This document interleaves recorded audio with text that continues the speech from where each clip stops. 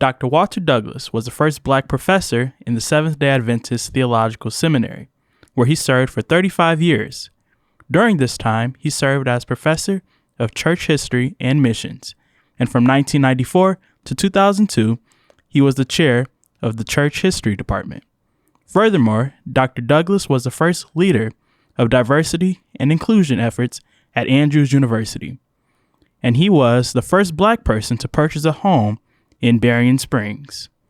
Michael Nixon, vice president of University Culture and Inclusion, sat down with Dr. Douglas to discuss the challenges and achievements he experienced first as a student and then as a faculty member at Andrews University. I'm Walter Douglas, and I came to Andrews University in the undergraduate department of the School of Religion in 1960. Okay. I graduated with a bachelor's degree in history and theology in 63, and then I moved to the seminary and finished a master's degree in Old Testament and went back to the Caribbean to teach at the Caribbean Union College. I returned to Andrews in 64 and finished the MDiv in 66. Okay. And then I moved on from there. Okay. Great. I had in mind to go to Oakwood University, Oakwood College at the time, because I wanted to be pastor. But then my girlfriend, who became my wife, applied to Andrews and was accepted. And that was the end of the story about Oakwood.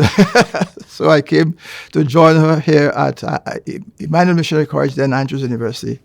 And of course, I did hear of Andrews from one of my professors who graduated here with a bachelor's degree and came back to the Caribbean to teach.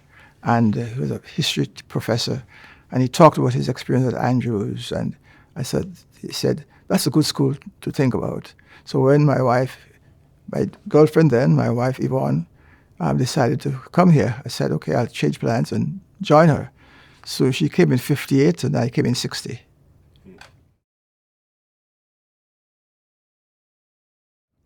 Some of my recollections are positive and some negative.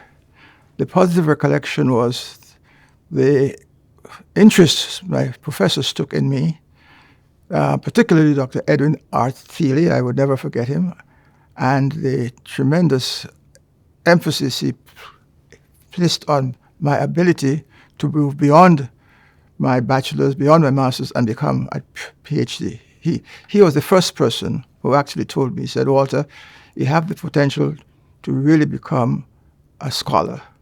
And that really impressed me. So that was very positive. In the classroom, I interacted well with my colleagues, my students. And another positive thing I would say was the way the people that I worked for treated me on the job. I had 3 different jobs. Okay. Tell me about that. My first job was at CWP, College Wood Products. Right. No longer exists. And after that, I went to work in maintenance, cleaning buildings. And my third and last job was in the grounds department, shoveling snow in winter, sidewalks, and cutting grass in the spring and summer. That one I enjoyed the best because my boss was a superbly wonderful man, Mr. Ben Nutt. He was a Christian gentleman, and he went out of his way to encourage me and to support me. Yeah. The negative was the segregation that I found on campus, the discrimination against minorities. For example, in the cafeteria, we as black students would sit together and fellowship, but we were not, I shouldn't say not allowed, but it was not part of the plan to sit us with white students and that sort of a thing. And another thing that bothered me too, quite frankly, was the segregation in housing. Black students and white students couldn't room together. That was not permitted. Even though you're my great friend, you're white and black, you're my great friend, they still wouldn't let us room together. Mixed dating was not acceptable. In fact, a couple of students were sent home who tried to date a white girls. And in terms of the living situation in the dormitory, if a white girl wanted to room with a black girl student, a white student wanted to room with a white student, they would ask the parents' permission. The dean would call the girl's parents and ask permission if their daughter could be rooming with a black student. You see, so those are disconcerting to me. Those are confusing to me. Coming from the Caribbean, this Andrews was the first major white institution that I came to, and the cultural interaction, the racial interaction was very strange and very difficult for me to deal with.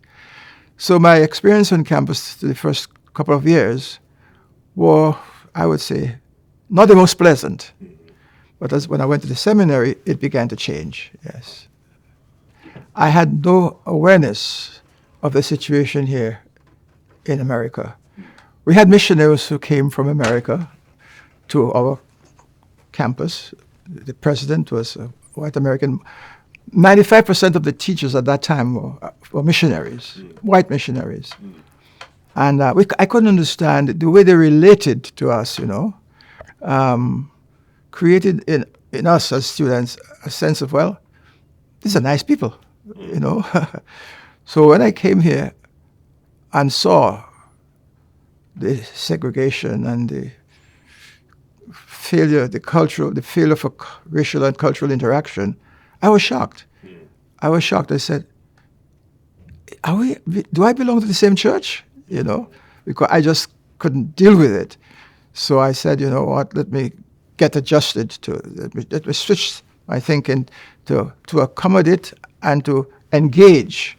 And so I became one of those students that would talk to everybody and engage people and try to create relationships that would help me cope with the differences on campus. Yes.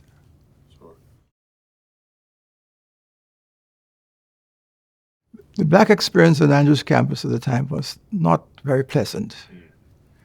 As black students, I'm generalizing now, we were not expected to do well, and privileges were granted to, being very frank now, privileges were granted to Caucasian students that were denied black students. For example, in the seminary, certain professors would say,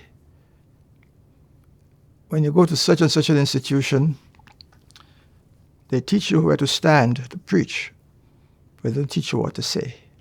And you know what institution I'm talking about. And that was, some faculty would grade on the basis of race. I experienced that myself, and my colleagues experienced that too. Fortunately, that didn't hold us back. We still went on to pursue our education and to become workers for the church. The black experience at Andrews started changing in the 60s, 67, during the civil rights. The civil rights empowered us, liberated us. That's when I caught the vision of becoming an advocate for justice. An advocate for justice and for inclusion. And I looked to the demonstrations and the suffering that the black leaders went through. I just felt that I must be part of this movement.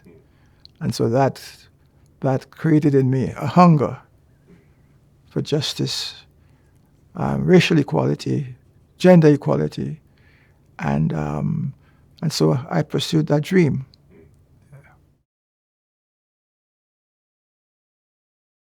I took a class with a professor here in the undergraduate, and I was a good student. I did well in my classes. I did well, very well in his classes, and I got an A on the test. And then when I got my paper, final grade, he had a B on it. So I went to him and said, why do I have a B and I got A on my test and you gave me a B for my final grade. He said to me, well, I think you didn't do your quizzes. You failed on your quizzes. I said, could I see those quizzes? He said, I don't have them anymore. And then he said to me, well, of course, you got the highest grade among your class, your people. Meaning I got the highest grade of all the black students in the class. And so I protested. I went to the dean, and they made him change the grade. In the seminary now, I was a professor at the time. One of the students actually saw a professor looking at the cast to see the names of people who are white and black and assign grades. These are historical realities I'm talking about. Wow. It didn't happen frequently, but it happened. Sure. Yeah. Sure. Black students on campus, the campus safety director, always harassing them, and that was a reality. And it troubled me, of course, at the time I was a student, but I paid attention to that. And so I suppose that's one of my reasons for being who I am today in terms of seeking justice and, yeah.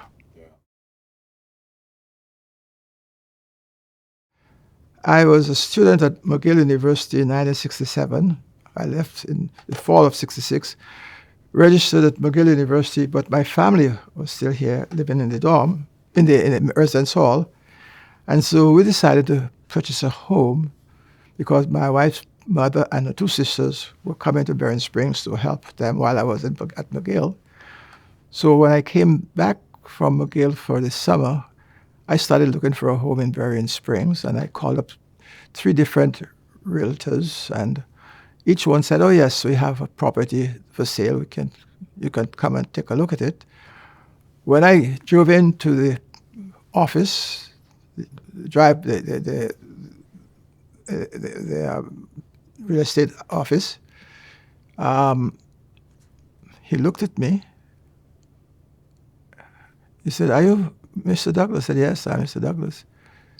And I saw the uneasiness in him immediately I saw the uneasiness. He said, sir, I don't think we can sell that home anymore because, and he said,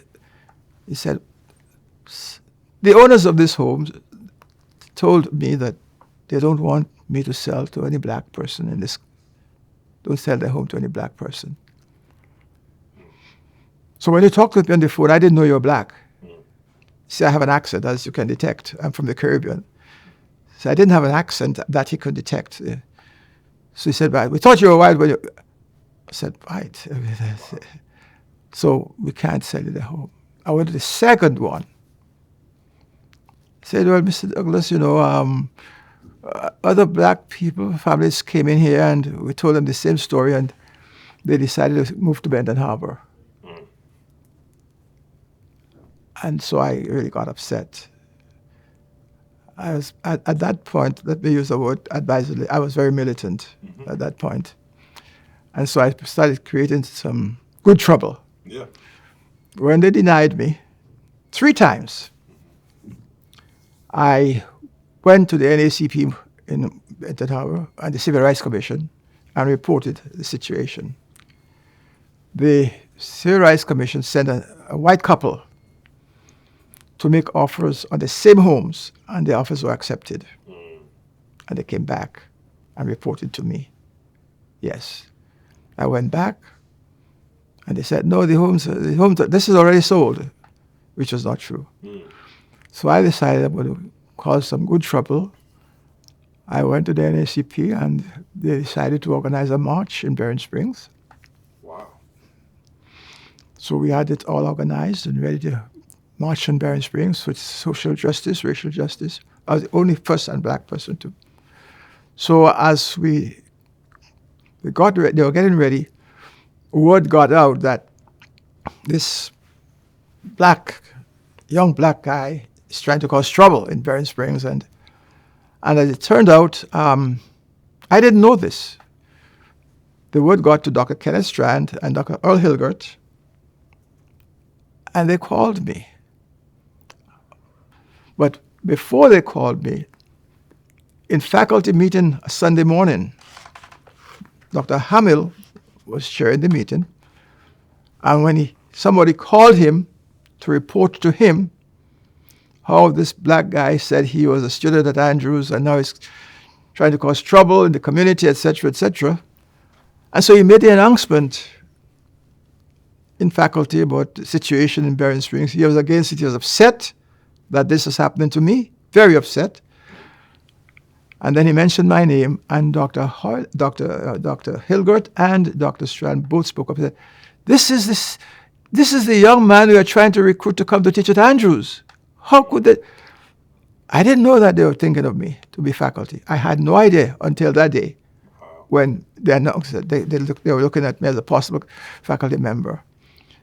Then they came to me after they called me. I went to talk with them. They said, listen, Walter, we're going to work with you and help you get a home here in Berrien Springs. And at that time I said, no, I'm not interested because I know the NACP work. So then some of my wiser friends said, they called me Doug. They said, Doug, just call it off. And my wife persuaded me to call it off. When this happened, I had a friend who was working at the bank. And she said to me, you know, Walter, Gary and I talked about this, and we are willing to sell you our home if you want to, because we're planning to build a new home. I said, great.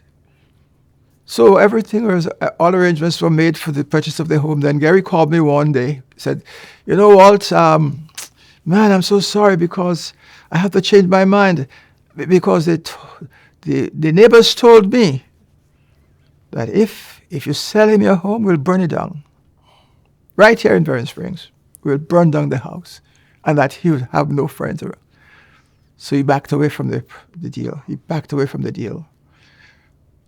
His neighbor who heard the story, a week later called me and said, Mr. Douglas, he said, are you still interested in a home? I said, yes. I'll sell you mine. He said, it's not for sale, but I heard what they're doing to you and that's not fair. I will sell you my home. So his friend who backed away heard that and called me and said, Mr. Douglas, are you still interested in our home? I said, yes. So he said, Ron told me he's going to sell you his home, but I would prefer if you could buy my home. So I talked with Ron and said, okay, Walter, if he's willing to sell you, go ahead and purchase his home. I purchased the home from him. Everything was set, and the neighbors said to me, they don't want me in the community. I don't belong. I would have no friends if I move in. And I was kind of arrogant. I said to them, you're not even worthy to be my friend, so that would be a problem. I shouldn't have said that, but I said it. And that is how it happened. It was clear racism. And to make it even more telling, the real estate agent actually told me, and I'm being very frank, okay, that the people who called him were Seventh-day Adventists who had a meeting in the basement of Pioneer Memorial Church and took the decision not to sell to black people or sell or rent. Elder Winston, who was working at the union at one time, black guy, had to buy a home in Benton Harbor. Couldn't get a home in Berrien Springs. And I was the first black person to integrate Berrien Springs. Wow. Right? A year after that, a black couple moved in and several other black couples moved in after that. But they told me, and I'll bring this to an end. I said to some of the very people, I confronted the owners. When I left the real estate, he gave me the address and I confronted them. And I said to one of them, I'm going to cause trouble in this community. You know what she said to me? Why would a nice young man like you want to cause trouble? And I said to her, because I want to follow the example of my Lord. And then I asked, I said, and this was being perhaps a little disrespectful, but I don't know. I said, do you expect to find black people in heaven? And you know what her answer was? What does that have to do with my religion? Wow. So here I am today as a result of insisting and fighting to be a homeowner in Berrien Springs. It opens up the door for more minorities to get a chance to live here.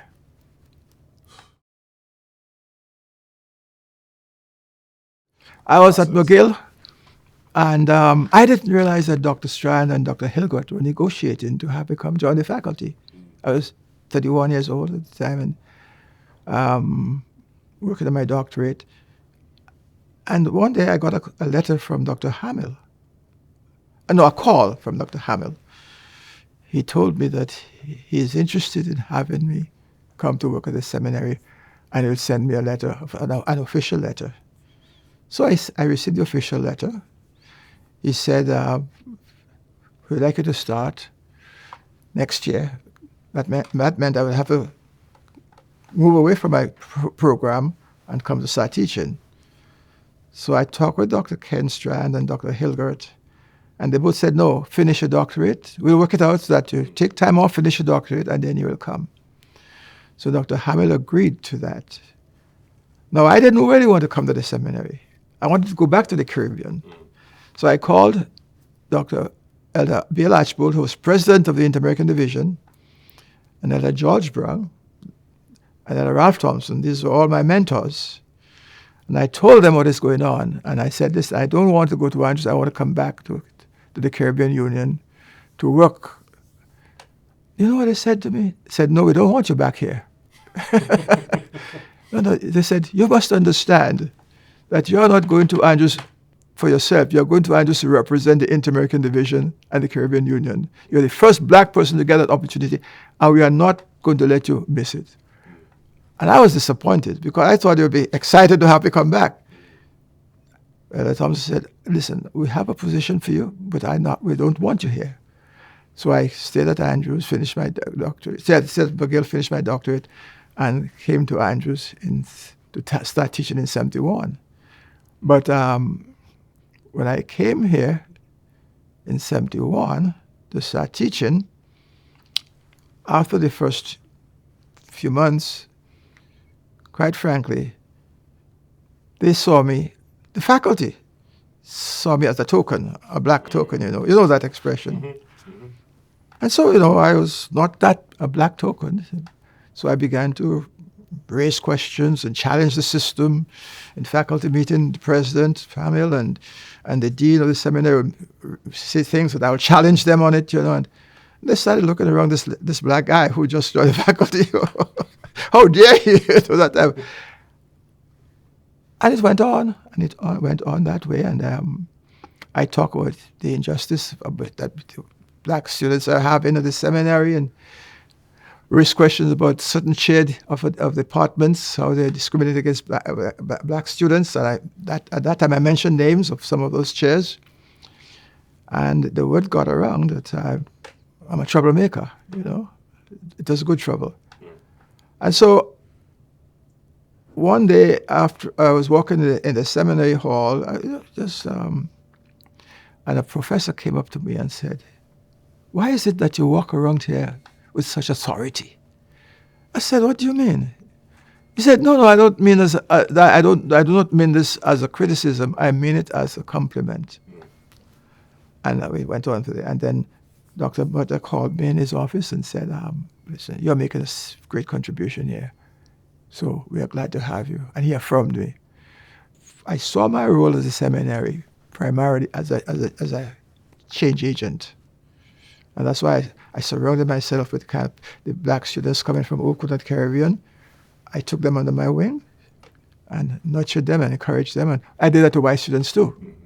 The example, the one I gave you, a while ago. I took him under my wing and nurtured him, helped him, and now they're doing well. Mm-hmm. Mm-hmm.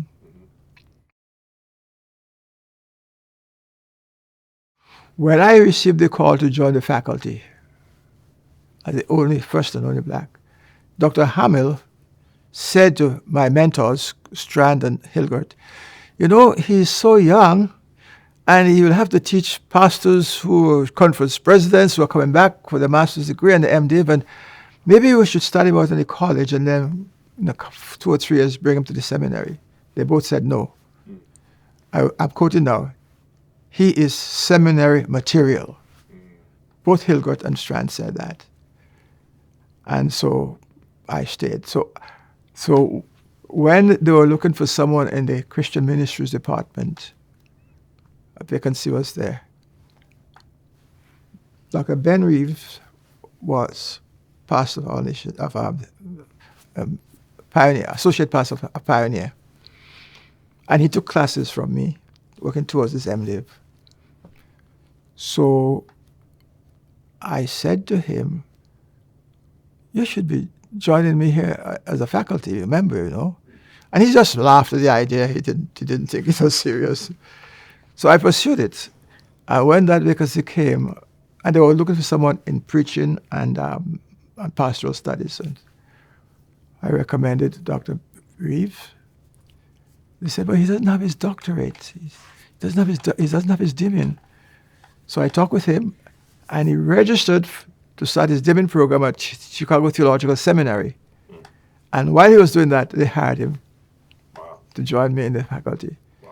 And when he left, he went to Oakwood. I had mentored Norman Miles. There's another interesting story. When he was very bright. When he finished, he wanted to go back to pastor. I said, Norm, you should go on to do a doctorate. I wrote him recommendations. He went to Michigan.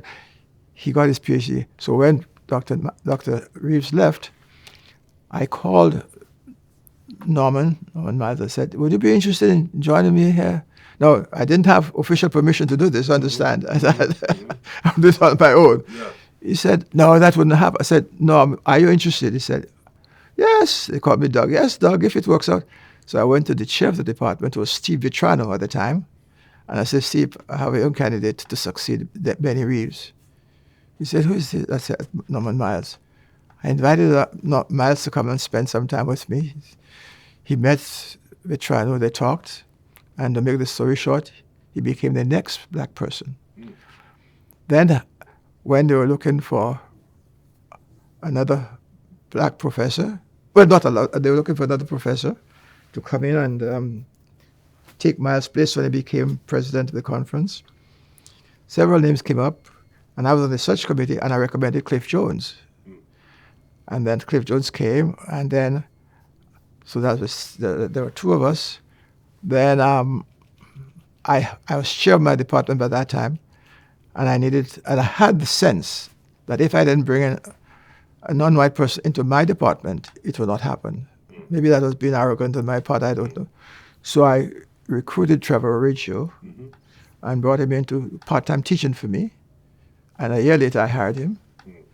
And when Jim North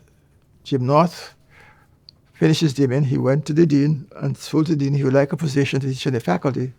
The dean said this time the dean was another dean, Dean Hazel. He said to him, well, you know, Jim, I don't think there will be any space available here, so why don't you try somewhere else? So he came down to my office, and I was very discouraged. And he shared the story with me, and I said, no, it's going to happen. I said, Jim, it's going to happen. So I went to the office of the dean and I said, here's the ordained minister, a chaplain. He has his DIMIN. We need to increase the minority faculty here because they had about 3 or 4 Hispanic. 2 of them were my students. And so when the dean was being difficult, I went to the vice president, who was Arthur Kutsia, and he and I had a very good relationship. I said, Art, I need your help. I told him what the problem is. He said, okay, we'll work it out. And Jim North was recruited and became faculty. So that's the 4th or 5th black person I brought in. Then when Martin Hanna came in, well, his story, they had voted another person in for the position in the theology department. My department and Christian ministry are the only 2 departments with black faculty. There are Hispanics in the other departments. So when Hannah was, he applied for the job in the theology department, and another student, a white student, applied, and they voted to hire the white student. And One of the members of the search committee said, the department said, you know, I don't think Walter would be happy with this. I'm serious. I'm serious. They said, I don't think Walter would be happy with this. I think we're going to have some problems with Walter. And the chair of the department said, oh, you know what? I think you're right. And Mike, as I'm telling you this, they went back, reversed this position, and hired Hannah. Wow. Because they knew. Because that time I was very forceful with diversity and inclusion, equity. That was my theme song. And they said, and so the chair said, you know, I think, and not only that, but this guy, Hannah, was brilliant. I'm an A-class student. They disqualified him because of his color. And I couldn't deal with that. And so they hired him, and they brought him in, and he's done a fantastic job. So every black faculty member, I went through the back door to get him in. But don't tell them that, okay? Please don't tell them that. Sure. In fact, when I brought in Trevor, the dean, do I have any time? Sure, Okay. Please, keep going. When I was bringing in Trevor, the vice president, Mary, I listened, the vice president and the dean of the vice president at the university and the dean of the seminary told me, no, this is going to sound ridiculous and unusual, okay? They said, I called them, I said, I'd like to bring in Trevor to my department. He said, you know, he has a PhD from Chicago. He said, you know, Walter, I think it would be good if you could get him to go to Oakwood to teach it. And Oakwood was at that time interested in him. So I talked with Trevor. He said, Doc, I thought for you, I'd like to stay here. So I was in Florida visiting my daughter when I called them and told them about Trevor. No, I got a call from Pat Much, Pat Much. I got a call from Pat Much telling me, Walter, I have the dean of the seminary, it was John McVeigh at the time, with me here, and we are looking at the budget, and we really don't have the money. We would be short $25,000 short to hire Trevor, so we just don't see a way. And I asked them the question. I said, now this is where it's very interesting. I asked them the question. I said, if I could get $25,000, would you hire him? And they said yes. And that was the mistake they made. You see? Because you don't hire somebody but get the faculty member. So I said okay. I came home. I called the general conference. I had a connection there. And they said, okay, Dr. Douglas, send us a letter. I said, okay. But then I thought, sending a letter will take a long time. I came back to campus. I went to see the dean, the president of the union, and the secretary, Walt Wright. Walt Wright was the secretary, and I spoke with the president and told them that he's a young black guy, and we don't have enough black faculty members, et cetera, et cetera. I tell them the story. And I said, but the seminary would hire them if I could come up with $25,000. And would you believe it? The president and the secretary said, okay, we'll give you $20,000. And I said, okay, I'll get $5,000 from my pocket, my own money, and put to make it $25,000. So when I went to the president, Andreessen at the time, and told him, he was upset.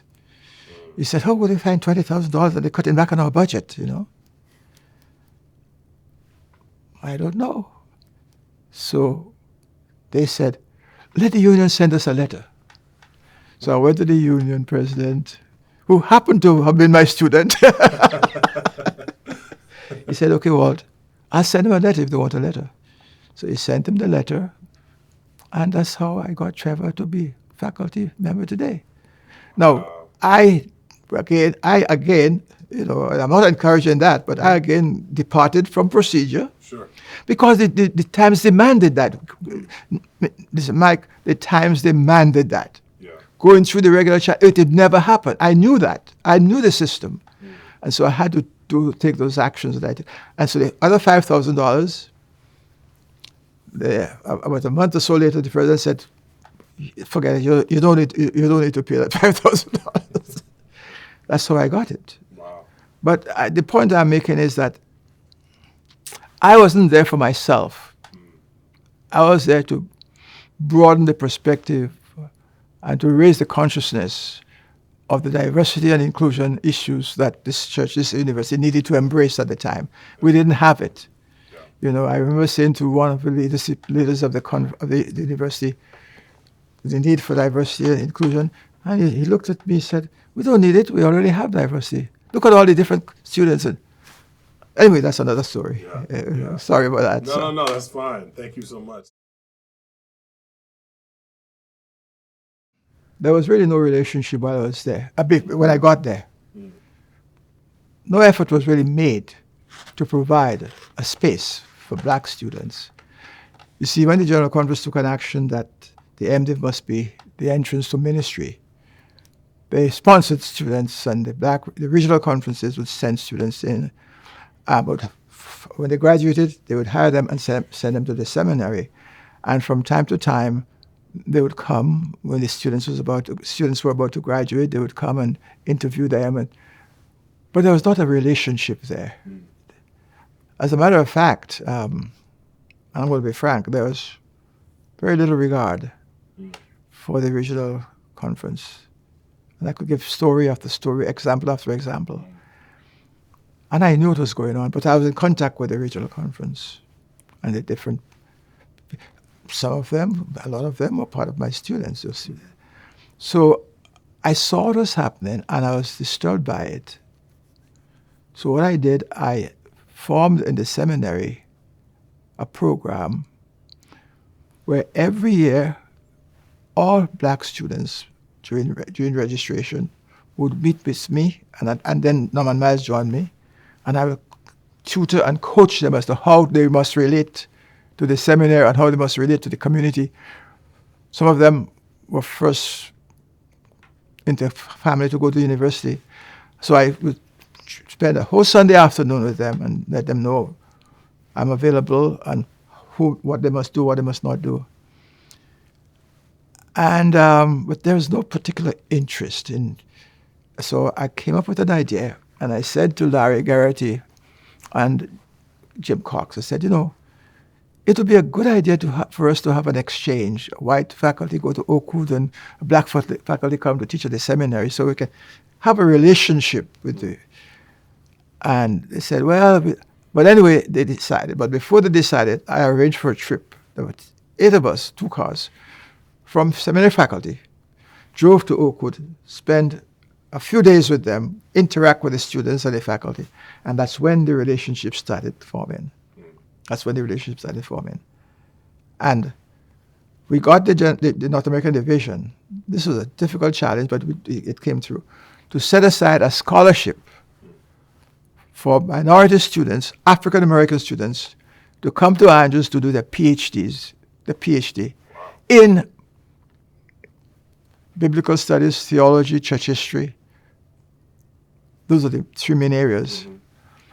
And the first person to get that scholarship was Leslie Pollard. He got that scholarship. Wow. Then when it came to the DIMIN, not many of us are coming to do the DIMIN because it was not structured in the way that. So Joe McCoy came to me. He visited campus. As he came to, whenever they came, they would come to me. So he came to me and he sat with me. He said, "Doug, we're going to send our students to Vanderbilt to do the DIMIN." I said, no, Joe, don't do that. They need to come here. He said, but Andrews is making no effort to attract them. They don't even come to recruit. I said, Joe, let me deal with it. He said this, and he was getting ready to send them to do their DIMIN at Vanderbilt University. So I went to Dr. Lesher, who was the president at the time. I said, this is what is happening. We need to do something to bring our African American Hispanic students to do their DIMIN at Andrews. So Lesher said, okay. So I went back and I brought it up with the dean, and the dean said, let's structure something. And to make the long story short, I was the first person to get this program going, where African American students can come to the seminary to get a DIMIN. And the way we did it was to teach some classes on the campus of Oakwood University. I was the first person to go to teach that class, but as it turned out, I had to be in Trinidad at the same time, so I asked Cliff Jones. And we named Cliff Jones as the coordinator for that program. And then from there on, the relationship. So we got them, faculty here, to go to the Black meeting in December, that we have in December. So that's how the situation was. It's much stronger now. Sure. Yeah. Sure. No, But it was a struggle. Yeah. Yeah. No, I appreciate that. I was always concerned about the opportunity we are missing as a university to leverage the diversity we have on this campus, in the seminary, all over the campus, and so I had a sort of a vision that we should do something about it. So Ralph Thompson, who was secretary of the General Conference at the time, whenever he came to campus, he would stay at my home. So we were talking about the board meetings that he was attending, and I said, I call him GR. I said, GR, one of the things Andrews is lacking is a diversity center or institute. He said, you don't? I said, no, we don't. So I said, and I shared my views with him. Unfortunately, very fortunately, he went back to the board meeting next, and he raised the issue. And I was surprised. There was a genuine interest on the board for that. Now, I have to be honest about it. The administration was not excited. Quite frankly, they were not. Yeah. And so then the board voted to do something about it, to make it happen. So the president of the university called me and said, well, the board voted this, and you take it over. That was in 2000 and... Early 2000s? Late 1999, 2000. Okay. Yes, 1999. The issue started in 1999, but the actual development, the work started in 2000, 2001. So I was told that I should do it, of course. At that time, I was chair of my department and pastor of all nations. So I said to the vice president, I said, I can't do that. You can find some... And they said to me, if you don't do it, it will not happen. So I said, I have to do it. So I went to work and I put together a proposal. It took a lot of time, drew up the policies and structured the whole thing. And I went to the president and presented it. That time his assistant was Gary Ross. So I was working through Gary Ross. So Gary Ross looked at the document, made some changes, and presented it. The board voted it. And now, to establish that would require some funding. So I decided, they voted that I should do it. It should be done. And then I went back to them and I said, okay, we need to choose a director for the institute. And the vice president looked at me and said, what are you talking about? I said, we need to have someone who can lead it. She said, you're good. I said, no, I'm not going to do it. I don't want to do it. I was serious. I don't want to do it. Again, both she and the president said, well, if you don't do it, it's not going to happen. So I ended up doing it. So I pastor of the church, chair of my department, director of the institute, the same salary. So I did that. And then I brought in one of the most outstanding diversity consultants in the nation for the opening of it. And what shocked them and turned their minds were the kinds of people I brought to the campus for the opening. The CEO of Whirlpool, the CEO of Lakeland, the president of Lake Michigan College, the president of Southwestern Community College, bank managers and faculty they came to the Chantron Hall. Dr. Samuel Betances, you heard about him? Mm-hmm. Yep. He gave a massive presentation, and after the presentation, there were question and answers. Now, remember before this, I had to raise my own money to pay him for his time. All the university did was to provide the meal. They didn't even want to do that, as a matter of fact, but they did. And so, because he and I have a good relationship, he didn't charge very much. He charged me only $3,000. Normally he charged $10,000. He charged $3,000. I said, fine. So after the meeting, I was there talking. The CEO of Whirlpool, Dave Whitworth, the CEO Silverman, CEO of Lakeland Hospital. Lakeland, yes. And all these people came around. How could we get there? They were chatting with me. And then the president and the vice president, and they all joined in. And when they heard the conversation and the eagerness of these CEOs to have me and Batanzas come and do work for them, all of a sudden they became excited. They said, okay, we'll pay that, we'll pay him. I said, great, I don't have to pay $3,000. And then I started getting calls to represent the university. Whirlpool called me to talk to their workers. I'm representing the university. Barron Springs School District invited me to. And this is my last point. After the meeting with Whirlpool, we were having lunch, and Dave Whitman, who was the president and CEO, leaned over to me and said this. He said, Walter, does Andrews ever think it is a part of the community? I said, well, Dave, before today I could have said, I don't know, but now this is Andrews, I'm representing Andrews. He said, well, before I said, I don't know.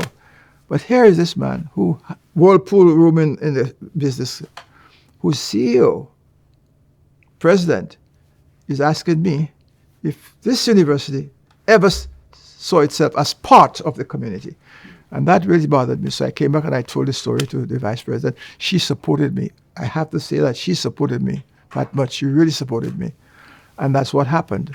And in 2001, I retired from the seminary in 2004, and I stayed on an extra year and mentored Stella Gregg to succeed me when I left.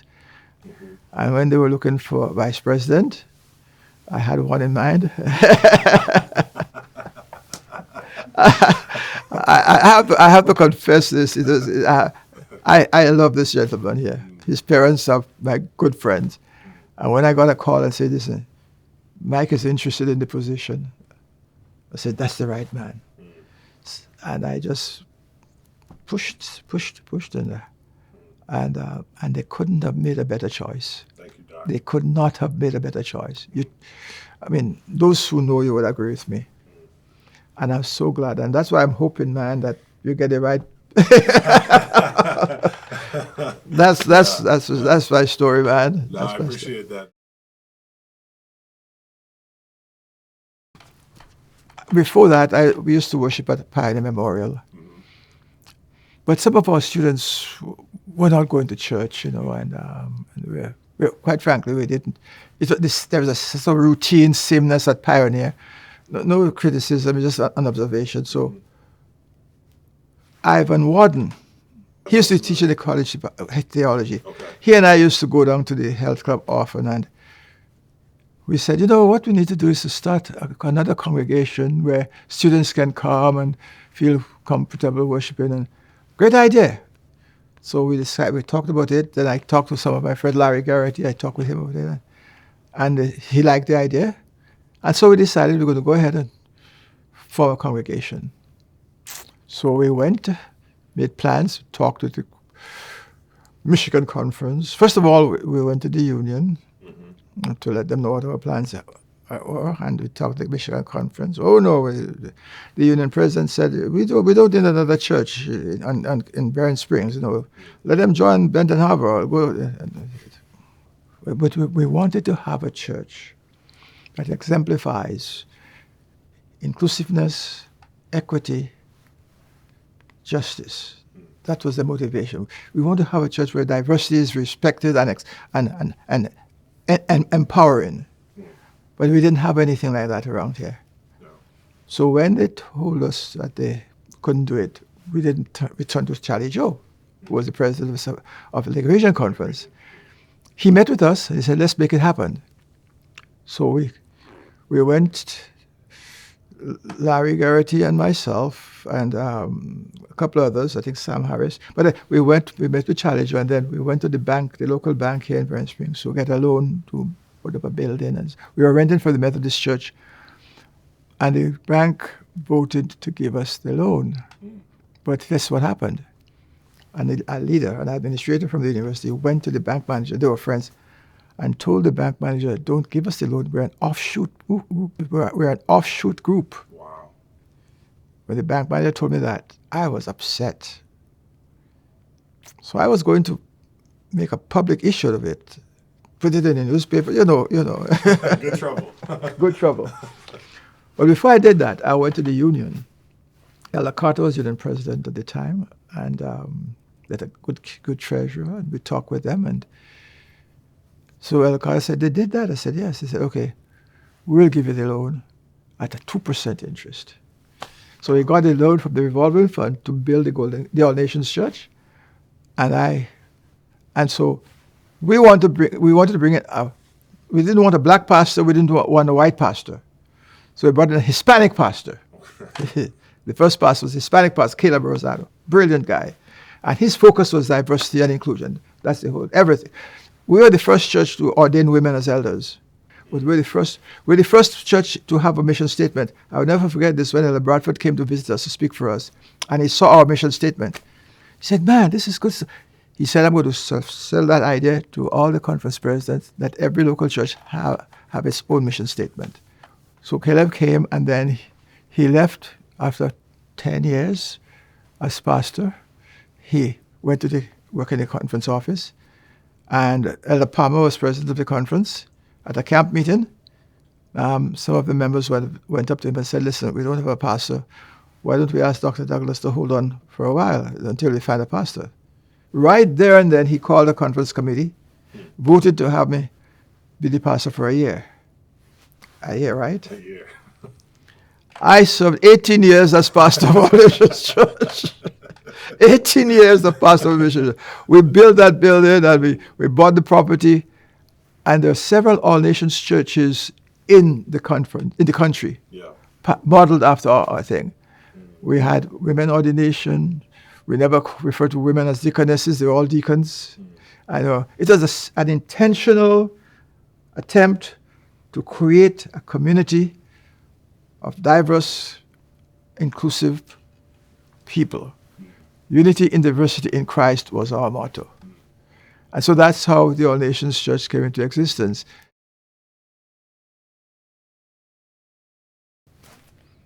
I think I would say I was empowered by the Holy Spirit to be a change agent. That's what I like people. I like people to think of me as a servant of the servants of God, a change agent, whatever the cost. Because, several times they tried to get rid of me at the seminary because I was, progressive, I was causing trouble and so on. And could I say one more thing? Please, as much as you want. Let me tell you, it's an interesting story. When they were trying to get rid of me here, because they thought what happened, some students went back to South America and preaching liberation theology. When the president of the division heard it, he called the students in. And they said, well, that's what Dr. Douglas taught us at the seminary. So when he came for fall council, he reported me to the General Conference people. And they said that I was not fit. I was not fit to be teaching in the seminary because of this. And they were taking an action to really. And then Dr. Neil Wilson stood up and he said, I know Dr. Douglas. If you touch him, you'll have to deal with me. He was kind to my son. And if you touch him, you'll have to deal with me. And then George Brown, who was president of the division, said, I know Dr. Douglas. I know his background. He comes from solid Adventist stock. And if you try to get rid of him, you'll have the division in your back. And so they left me. So, you're talking to a guy who could get into a lot of trouble. Good trouble. Good trouble.